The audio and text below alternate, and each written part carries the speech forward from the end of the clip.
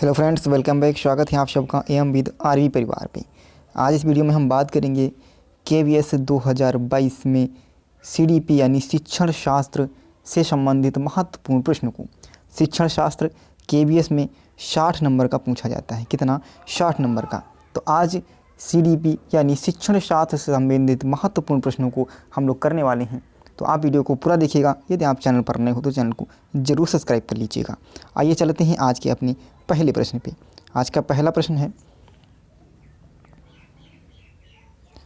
पहला प्रश्न कह रहा है कि आप देर से आने वाले छात्र की समस्या का समाधान करेंगे। कैसे करेंगे? उसे दंड देकर, उसे घर भेज देंगे, उसके अभिभावक को पत्र लिखेंगे, उसके देरी से आने के कारण को जान करके। तो आप उसे दंड दोगे तो दंड तो बिल्कुल नहीं देना है। उसे घर भेज देंगे? बिल्कुल नहीं।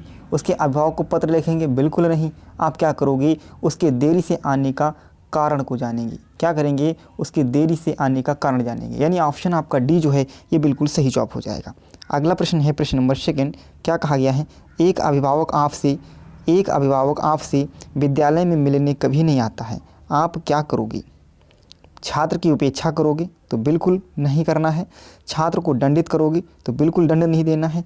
बच्चे को पुरस्कार दोगे? तो पुरस्कार भी नहीं देना है। आप उनसे स्वयं मिलने जाएंगे। क्या करेंगे? आप उनसे स्वयं मिलने जाएंगे। यानी ऑप्शन डी हमारा सही जवाब हो जाएगा।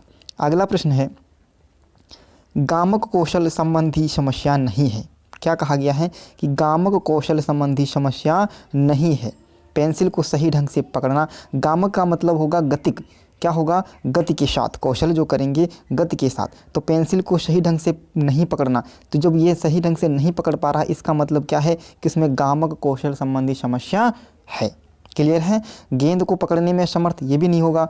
ये आंतरिक चाल, ये भी नहीं होगा। तो यहाँ पर ऑप्शन डी सही हो जाएगा। अक्षरों में भेद ना कर पाना। अक्षरों में भेद ना कर पाना गामक कौशल संबंधी समस्या नहीं होगी। क्लियर है? अगला प्रश्न है,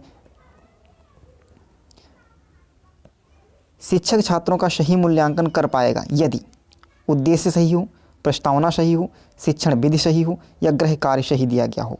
तो शिक्षक छात्रों का मूल्यांकन कब कर पाएगा? जब उद्देश्य सही हो। यानी ऑप्शन ए हमारा क्या हो जाएगा? सही जवाब हो जाएगा। अगले प्रश्न पे बढ़ेंगे। प्रश्न नंबर 5। क्या कहा गया है? कि प्रत्येक इकाई के साथ मूल्यांकन करने को कहते हैं। प्रत्येक इकाई के साथ। प्रत्येक इकाई का मतलब क्या है? यदि प्रथम इकाई यानी पहला पाठ समाप्त हो गया, उसके साथ ही बच्चे का जो मूल्यांकन कर लेते हैं। मूल्यांकन करने मतलब स्टडी पढ़ाई के साथ साथ भी बच्चे का क्या होता जाता है? मूल्यांकन। इसको हम क्या कहेंगे? इसको हम कहते हैं सतत मूल्यांकन। सतत मूल्यांकन क्या है? कि मूल्यांकन का आपका हमेशा चलता रहता है ना। यह ना अपन ऑप्शन कौन सा सही हो जाएगा? सी हमारा सही हो जाएगा।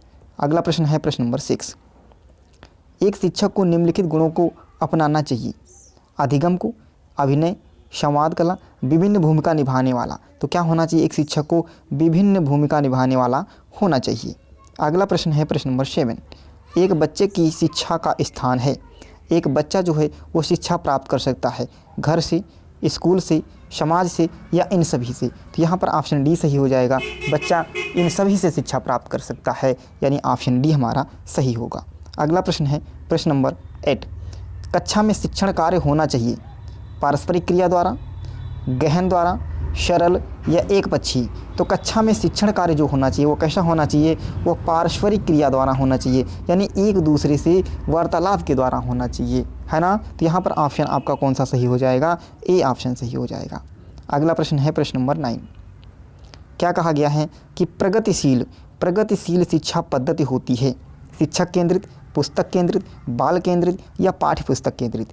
तो प्रगतिशील शिक्षा क्या होगी? तो यह बाल केंद्रित शिक्षा होगी। ऑप्शन सी हमारा बिल्कुल सही जवाब हो जाएगा। अगला प्रश्न है, अध्यापकों को कक्षा शिक्षण का प्रारंभ करना चाहिए।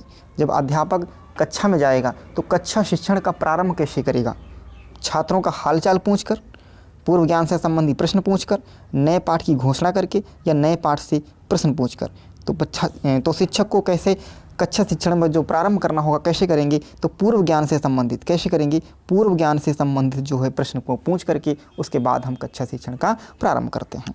क्लियर है? अगला प्रश्न चलेंगे प्रश्न नंबर 11। तत्काल उद्देश्य के अंतर्गत वर्णित है संज्ञानात्मक पक्ष, भावनात्मक पक्ष, संयोजी पक्ष या इनमें से कोई नहीं। तो यहाँ पर ऑप्शन ए सही हो जाएगा। ऑप्शन ए सही हो जाएगा, संज्ञानात्मक पक्ष। तो कैसा लगा आज का सेशन कमेंट बॉक्स में जरूर बताइएगा। यदि आप चैनल पर नए हो तो चैनल को जरूर सब्सक्राइब कर लीजिएगा। थैंक यू, धन्यवाद।